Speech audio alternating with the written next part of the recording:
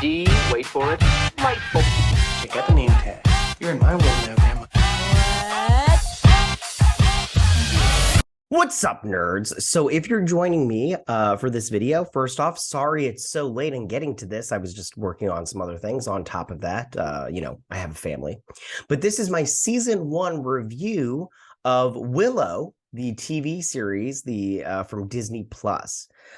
So I wanted to explain some stuff before we go through the whole season and I tell you my thoughts on it all together. First off, I just want to say before I get started that if you like what I do here and you enjoy independent content here on YouTube, please consider subscribing to my channel. YouTube is always changing up their algorithm, and small channels like mine, we just keep getting shoved to the back of the line.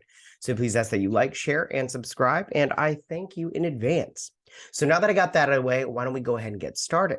So I want to tell you, Willow, for me as a kid, I loved this movie. It was, high adventure. I loved the magic. I loved the creatures. I loved everything about it. It was great. And I understand it wasn't a huge hit when it first came out, and it became a cult classic over time. But I loved it as soon as I saw it. So when they announced that they were going to be doing a sequel series, at first I thought it was a movie, but they were going to do a series. I was ecstatic. I was so excited for this. I thought it was just going to be a banger, and I was really, really excited about it. Now, I was a little nervous that John M. Chu was going to be directing, but then he stepped away, which was good, but also a sign of the bad, which I didn't see coming until after the show had dropped. When the trailers had hit the internet, I was excited about it. I thought it looked good. I just was excited about it. I was ecstatic. I love Willow, and I thought that this would be great. Then we got the synopsis. An unlikely group of 6 heroes sets off on a dangerous quest to places far beyond their home, where they must face their inner demons and come together to save their world from the Gales. We found out that they were bringing back Warwick Davis, Joanne Whalley, and Kevin Pollak. Val Kilmer was out, and there was possible grumblings that he could make it in. And I was excited about it. So I was all in after all of this. I was ready to go. And then the show released its first 2 episodes, and I was a little nervous, and rightfully so. So why don't you join me and let's take a brief, or as brief as I can, adventure through this hole known as Willow. So Willow has a vision that some evil would come after Elora, so she was hidden. Mad Mardigan is a deadbeat dad that took off, leaving Sorsha and his twins to fend for themselves. The daughter is a lesbian and the son is a womanizer. Both are completely incompetent. One's a soy boy that looks like Jim Morrison, and the other one is a complete Yay! The dialogue is beyond cringe, you guys. I mean, the brother and sister talk like Gen Zers from California. You're made, right? That makes those buttered muffins everybody's always talking about. It's like the one way you're totally consistent. No, whoa, wait. Like, no joke. At one point in time, I thought one of them was going to yell out, "Come at me, bro." The bad guys show up, and also known as the Gales. And who do we have here? Let's see. We got Shauna Sassy from Nightbreed. We've got the Hammer from the 13 Ghosts. We got the Mouth of Sauron. And look, the Pale Man from Pan's Labyrinth. And they take the prince off to La La Land. The princess, her girlfriend, her comedic relief simp prince with a demonic grayscale, we'll talk about that later, a warrior criminal, yummy, and an old knight all decide to go off after the bad guys to rescue the prince. His girlfriend comes along for the ride to be their cook, and they plan to get the last sorcerer Willow along the way. The princess's girlfriend crosses the barrier separately and magically goes through it, even though you can only go through the gateway. Girl power! The rest cross the barrier after the betrothed reads the bad guy's warning message. The old knight instantly gets killed by the bad guys, which they literally don't care about that guy. He gets killed and it's like, "F you, old man, peace!" And they have to flee. They find Willow. He tells them where the bad guys took the prince. He also reveals that the prince's girlfriend is Elora Danan. End of episode 1. Dun dun dun. All right, moving on to episode 2, flashback of Willow going and talking to Sorsha about Elora needing training in magic. Sorsha reveals that she sent Mad Mardigan out 9 years ago to search for magic strong enough to protect her.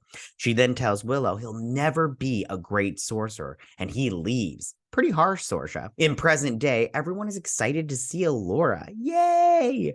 Princess Kit is jealous she's not the center of attention and complains to her girlfriend that she wants to leave to find her brother. Willow puts on a ceremony to provide answers using the bones. Willow gives her the finger test, and I'm not talking about the shocker, and she fails. Sorsha sends another knight after Elora, and the villain is an evil crone who sends her minions after Elora now that they know she's crossed the barrier. Willow wants Elora to stay and train, but she refuses, saying she'd rather go after her boyfriend. Willow, upset, and his daughter gives him a pep talk and brings him his wand. Elora takes off. Princess Kit throws a big fit since she's not the center of attention. I'm gonna have a BF. Oh my god, she's gonna have a fit. Oh. Everyone's concerned about Elora, including her warrior girlfriend. Everyone goes looking for Elora, and Kit takes off.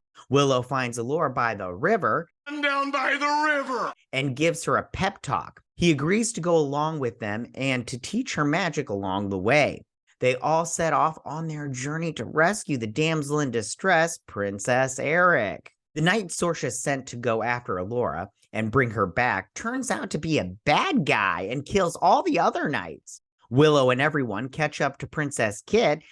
The warrior criminal dude gives Kit a pep talk and reveals he was Mad Mardigan's squire and says he knows what happened to him. Psst, it was throat cancer. Willow in the cart training Elora. We'll get back to the cart in just a sec. She pukes on him, so they stop for the night. Willow starts telling her about magic, basically explaining it like the Force. The Force is what gives the Jedi his power. It's an energy field created by all living things. It surrounds us, penetrates us, it binds the galaxy together. At least these people know about George Lucas. I mean, that's always a plus. Willow then pulls out a book, and Elora can't pronounce any of the magic.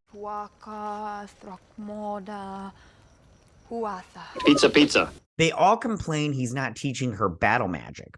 Then we flash back to Willow's talking to young Elora, and she explains why her hair isn't red anymore. He's trying to get Elora into his creeper van, and she runs away. Sorsha gets pissed and makes a jab at his magic. He leaves and says he's never coming back. You think I'm ever coming back here after the disrespect? Okay, Karen. The evil knight shows up at the village and talks to Willow's daughter. She can tell they're bad, so she tells him the wrong direction. They find the tracks, and it cuts back to Elora. She's learning magic and starts to have a pity party for herself. Willow tells her to stop complaining. Princess Kit is irritated because her girlfriend cares about protecting Elora more than going after the prince. Elora is off by herself practicing magic. Kit's betrothed goes to offer to help Elora because he's good with books. She starts venting to him. Prince Simp is obviously into her and gives her a pep talk. Oh my god, another pep talk. He leaves and she tries magic again. Later, Willow is sitting with his wand brooding. He vents to his friend his frustration that he wasn't allowed to train her. Willow tells his vision that he sees everyone dead and that the only way to save everyone is that Elora must die. Prince Kit asks the criminal knight dude to tell her what happened to her father. Elora is still alone practicing magic. The evil knights show up and they take her. But her magic works because the camera zooms in on a plant that's growing from her magic as cheesy music starts playing and the episode 2 ends. Boom! All right, you guys, let's hop over to episode 3, which starts with a flashback about 2 brothers fighting over a kingdom. And this woman, who looks like she can't even lift a hammer and needs to eat a cheeseburger, builds this impenetrable magic armor for the weak brother. Princess Kit bitches about the story. Everyone else interrupts, realizing Elora is gone. Kit complains. Kit finds a plant Elora created with her magic that's now a small tree. Kit's warrior girlfriend finds the bad guys with Elora tied up. She realizes the bad guy, who is her mentor, is possessed. Right when they're about to draw swords, Willow shows up. Criminal Knight Dude figures out the other knight is possessed. They all debate how they are going to fight him. Let them fight. They fight. Willow tries to prep for his magic while Kit's simp fiance unties Elora. Kit almost gets stabbed, but her girlfriend saves her. Willow creates smoke, allowing the bad guys to take off with Elora. They take off after her. Kit's less of a man fiance starts explaining how magic works and how the knights got possessed. He would know. He's had a little demon in him before, if you get what I'm saying. Again, we'll talk about that later. Willow chastises him and they leave. They reach the coast and find a big cloud where the bad guys are. Willow explains what it is and they need to go there to get Elora. Scene cuts to Elora waking up on the back of the bad guys' horse and starts cutting her ties. Scene cuts back to the good guys holding a broken wheel from their cart. Willow says they can't split up. Kit and girlfriend go off to the lake and have a lover spat. Were you looking at that blonde? 'Cause that's cheating. Her girlfriend reveals every minute they spare, she lets her win. Kit gets all mopey and storms off. Elora escapes the bad guys and runs off through the woods.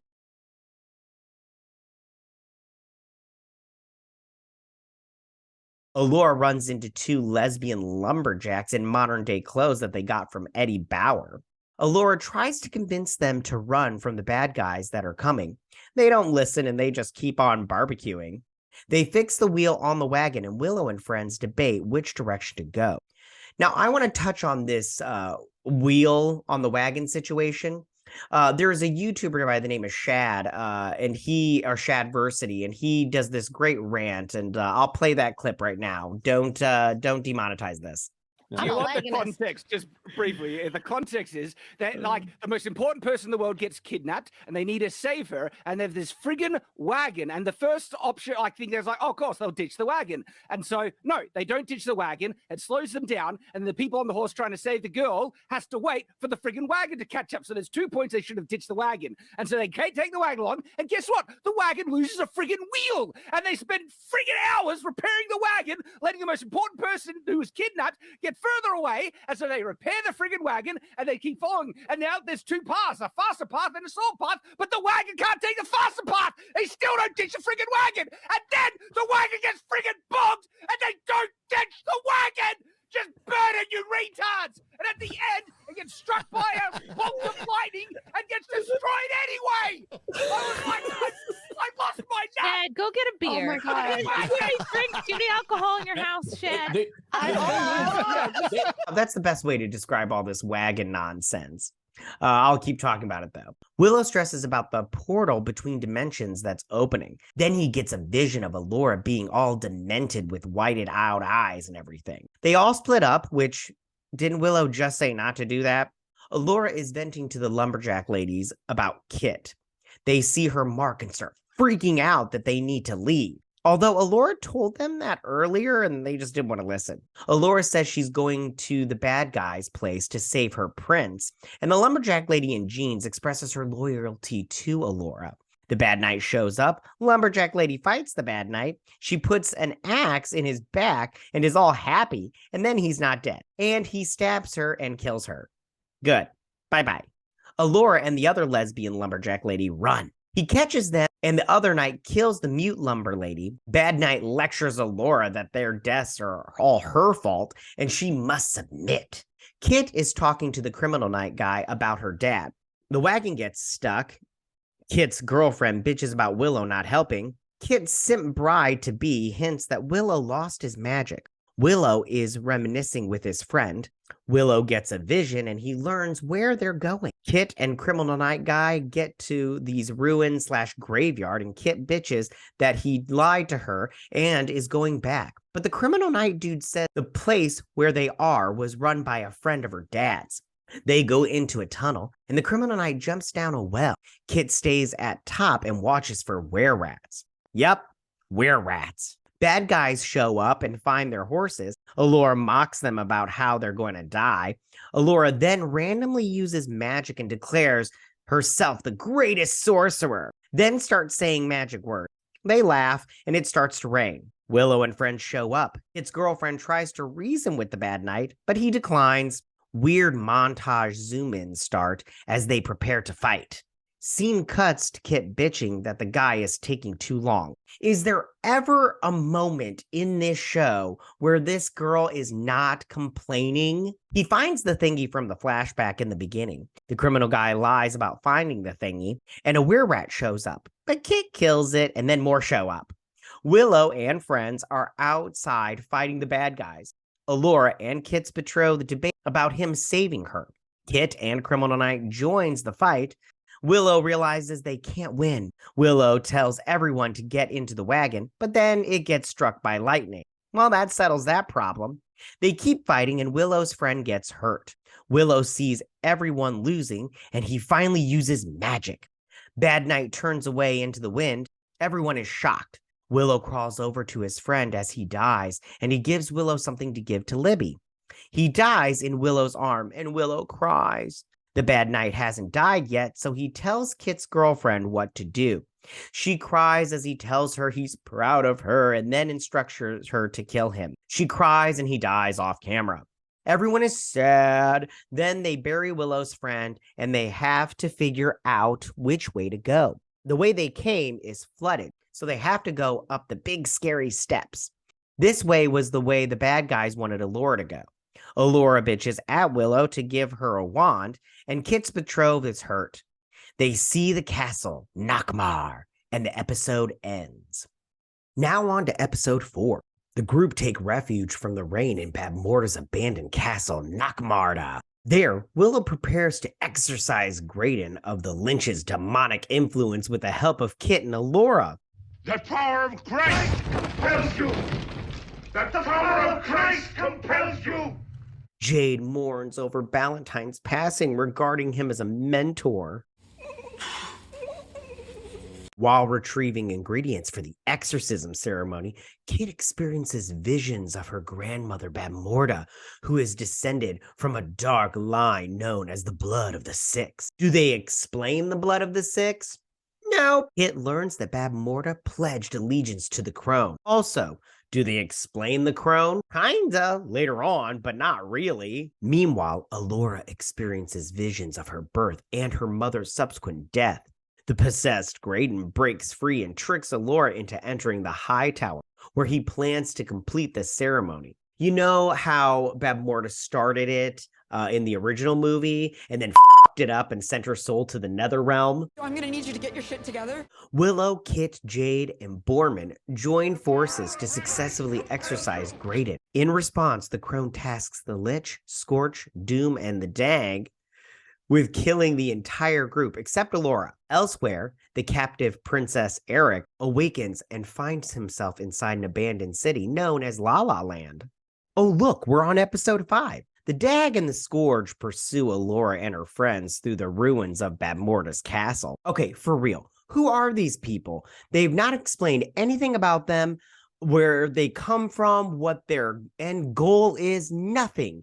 It's like the writers are wasting time with nonsense. Willow uses a flamethrower to hold off the Dag. What? Where did this come from? I mean, Elon Musk's website? The group flee into the wild wood where the Dag and the Scourge are unable to follow, because nothing is more frightening to mutant henchmen than nature. Elora and her friends are captured by the Bone Reavers, who are led by Scorpia. You remember them? They're the bad guys that killed that old white bigot from episode 1. Scorpia reveals that she and Jade are sisters and daughters of General Kale, a former vessel of Sorsha. Wait, what? First off, this actress, why is Disney trying to make her happen? First, she's in a Star Wars movie, then a Marvel movie. Now Willow, she's not a Zendaya. Stop trying to make fetch happen. So these two are sisters? Well, duh. They're obviously mixed with red hair. They must have the same father. Racist. Scorpia also reveals that Boorman was a former associate and lover. Bow chicka wow wow. The Bone Reavers are outlaws who seek freedom from Tirisleen and other powers. Willow also reunites with Brownie friend Rule, who mentioned that he has a daughter named Ganache. Wait, That's his daughter? I thought this was his wife/girlfriend.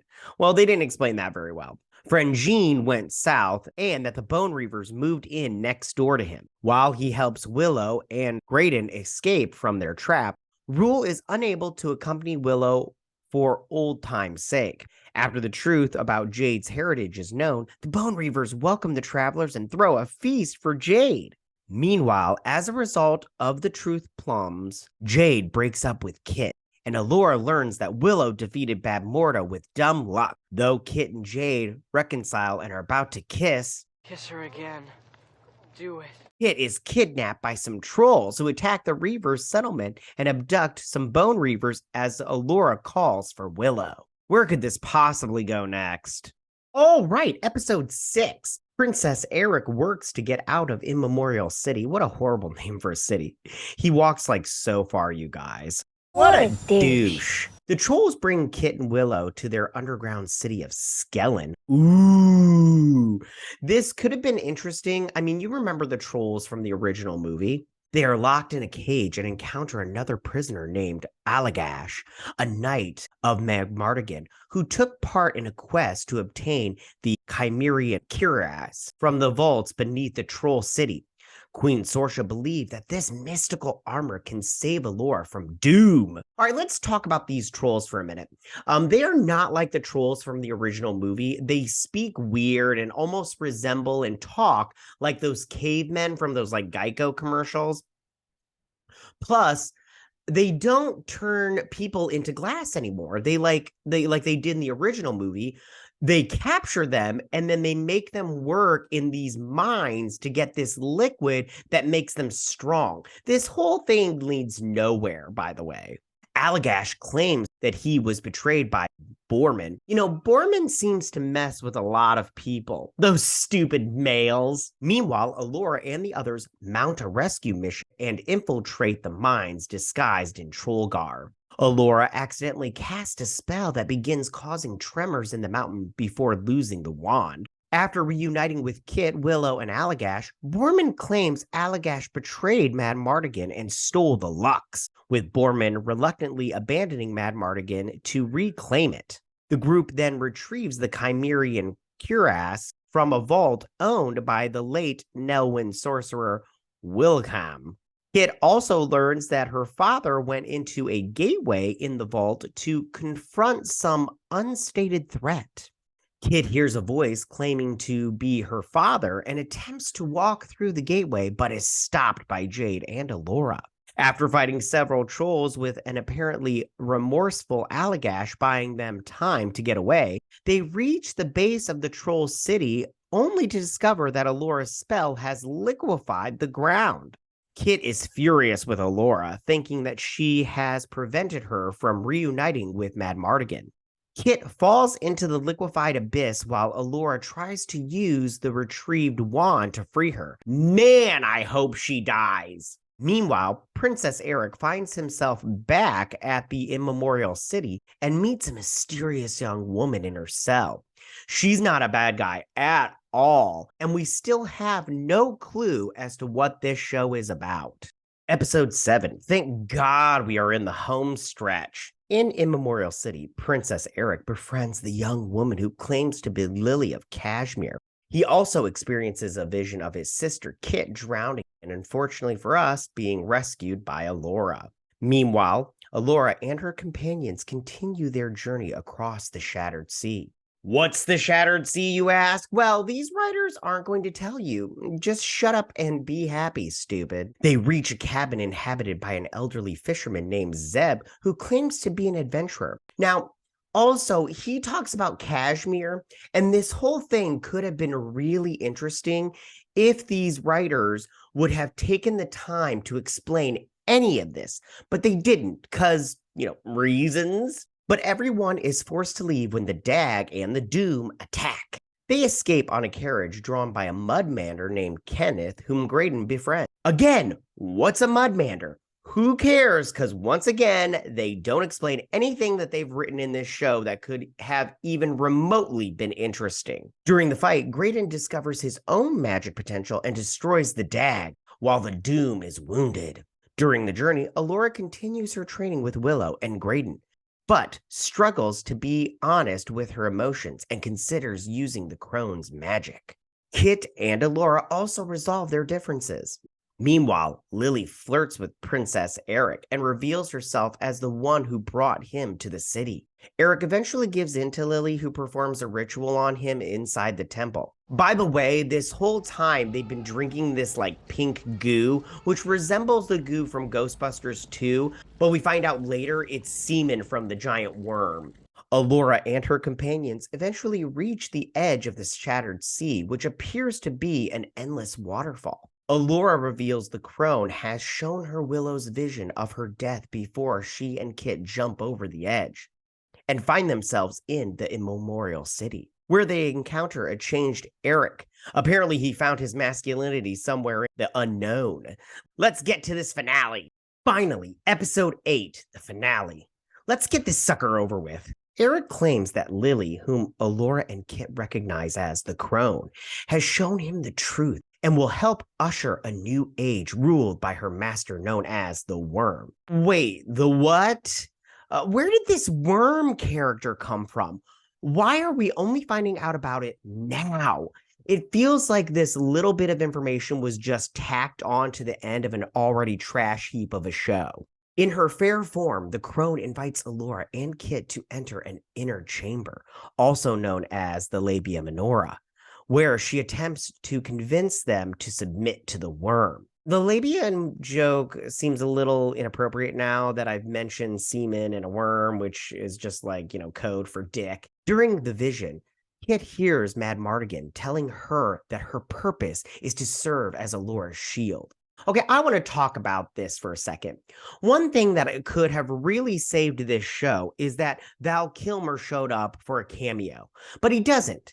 Now, I get he had throat cancer and there was the coof, but if he can Stephen Hawking his way through Top Gun Maverick, he can for sure make a small cameo in this. I mean, Zack Snyder replaced an entire character in one of his movies with a green screen and lights in his driveway. They could for sure put up a green screen in Val Kilmer's house, have him mouth his lines, and use that voiceover generated thing that they're using for James Earl Jones as Darth Vader, and do maybe something like this. Can you hear me? Dad? I need you to listen. I don't know how much time we've got. Is that really you? I need your help. Are you here? Where are you? I'm with you. Always. You kind of left a while ago. It was the hardest thing I've ever done. But love is sacrifice. Now, I know that wasn't that great, but I made that on my home computer in 5 minutes. And you're telling me Disney, one of the most powerful entertainment companies in the world, can't get the Mad Mardigan in their Willow sequel? Get the out of here. Meanwhile, Jade, Graydon, Borman, and Willow jump over the edge of the shattered sea and confront the crone in the Emerald City. Bringing Elora and Kit from their trance, Elora and her friends fight the crone, her minions, and the enchanted Eric. Graydon is seemingly killed in the battle, but Elora manages to use her powers to kill the crone. In her last moments, the crone infects Eric, who fights Kit and Elora. Kit seemingly is the one that the Chimera armor was made for, and you get this almost exact moment of the Iron Man armor. Kit manages to use their childhood memories to purge and heal Eric. Following their victory, Elora and her friends depart home, seeking to honor Graydon's memory. In the worm's realm, a still-alive Graydon awakens before the worm, identical in appearance to a short-haired Elora, who asks him to help her usher in a new age, saying that, "I want you." The book telling this story closes and is put back on a shelf next to 2 more volumes. I swear to Jesus, we should not be getting 2 more seasons of this. All right, so now that we've got that out of the way and you've gotten my thoughts on every single episode in a nutshell, I just want to explain that this show was not good. I mean, the dialogue was beyond cringe. The sets, costumes, and the CGI were all terrible. Okay, some of the spells looked cool, but this looked like a fan film, not a multi-million-dollar production made by one of the top studios in the world. This series is so short-sighted, yet it's trying so hard to build this vast, open, and expansive world with very little to no time to do that. And so the story completely suffered because of that. And because they are trying to build this world, which is not bad, and there are plenty of interesting things in it, but they have no time or space to world build, especially these days when shows are so short that usually the world building or the story suffers because of it. Some shows pull it off nicely, but for Willow, this is a huge problem. They spent so much time telling us about all this stuff that you don't know anything about the world it's in. For instance, we hear about Kashmir, and I felt that that was an interesting, and they could have shown that, but they didn't. It was just a couple of throwaway lines, and boom, we have our bad guy. The worm could have been interesting, but we still have zero clue what it is and what its end goal is. I mean, well, besides the apocalypse. So in conclusion, Willow, the Disney Plus sequel of the 1988 cult classic, is a complete abortion and should have been killed off like Elora Danon's mother. So those are my thoughts, you guys, on Willow Season 1. Hopefully there's no Willow Season 2. Tell me, what did you guys think about this show? Did you like it? Did you not like it? What was your favorite part? For me, it was the ending. And what did you think they could have done to improve on this, dumpster fire? Please tell me all your thoughts and go ahead and leave all your comments in that section down below. If you like this video, go and hit that like button. You know, I won't mind if you're new to my channel. Please hit that subscribe button. I'd greatly appreciate it. And I will see you guys on my next review. You guys have a good day. Bye.